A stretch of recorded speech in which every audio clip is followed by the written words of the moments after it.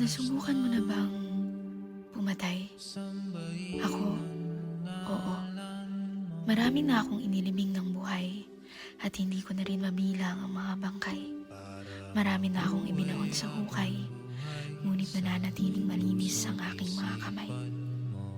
Wala kayong makikitang katawan, ni bakas ng lupang aking pinaghukayan.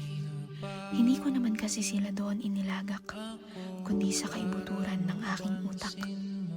Hindi naman siguro ako magkakaroon ng kaso, dahil di naman ibang tao ang pinatay ko.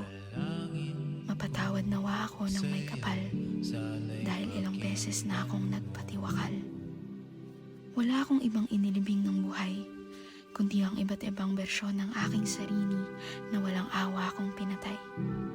Lumikha ako ng iba't ibang persona para lang maabot ang pamantayan ng iba. Ilang bersyon pa kaya ng aking sarili ang kailangan kong ilibing upang hindi na ako maihambing? Ilang beses kong kailangang mamatay